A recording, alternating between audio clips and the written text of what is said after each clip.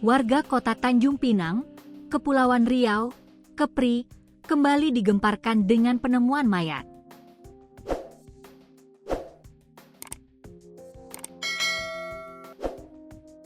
Kali ini, sesosok mayat pria ditemukan di dalam rumah di wilayah Bukit Cermin, Tanjung Pinang Barat, Selasa, 5 Mei 2026. Mayat itu pertama kali ditemukan warga setempat sekira pukul 19 waktu Indonesia Barat. Kapolsek Tanjung Pinang Barat, AKP Alson membenarkan adanya peristiwa itu. Korban berinisial J, umurnya 50 tahun, sebut Alson. Mulanya tetangga korban curiga karena sudah 2 hari pintu rumah korban tak pernah dibuka. Mereka pun melaporkan ke ketua RT setempat. Setelah maghrib mereka mendatangi rumah korban.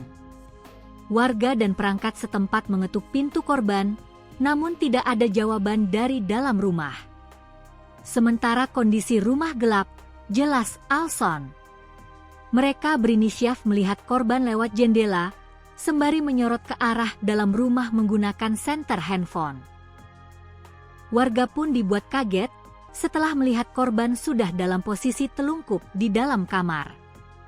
Selama ini korban tinggal sendiri. Korban merupakan seorang duda, cerai mati, lanjutnya. Berdasarkan olah tempat kejadian perkara, TKP, tidak ditemukan tanda-tanda kekerasan di tubuh korban. Tidak ada obat-obatan di dalam rumah korban. Jenazah saat ini sudah dievakuasi ke Rumah Sakit Umum Daerah, RSUD, Raja Ahmad Tabib, RAT, Kota Tanjung Pinang untuk dilakukan pemeriksaan lebih lanjut. Kami belum tahu penyebab pasti meninggalnya korban. Kita tunggu hasil dari tim medis, kata Alson.